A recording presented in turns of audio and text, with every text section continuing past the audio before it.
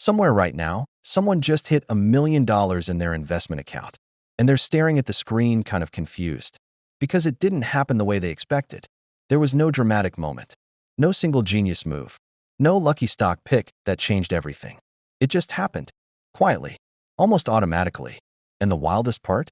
The last 250,000 came faster than the first 50. My name is Nick, and I've spent an embarrassing amount of time reverse engineering how ordinary people cross that $1 million line while others with identical incomes never get close. And what I found completely broke my assumptions about how wealth actually works.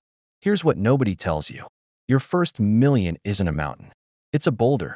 And for the first few years, you are pushing that boulder uphill with your bare hands. Every dollar saved feels like a fight. Progress feels invisible. You check your account, and it looks exactly like it did 3 months ago. This is the part where most people quit, where they decide the whole thing is a scam designed for people who started richer than them. But something happens around $100,000 that changes everything. The boulder crests the hill, and it starts rolling on its own. Because at $100,000 earning 8% annually, the market is handing you $8,000 a year you did nothing to earn. At $250,000, that's $20,000. At $500,000, that's $40,000. More than most people save in an entire year. Generated automatically, while you sleep. This is compound interest stopping whispering and starting to shout. And here's the number that will genuinely rewire how you think about this.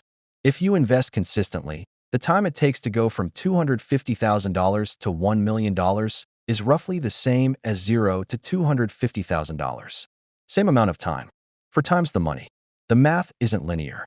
It never was. You were just in the part of the curve where it looks flat.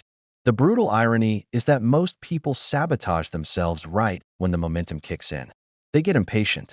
They get creative. They start chasing the thing that feels like it should be faster.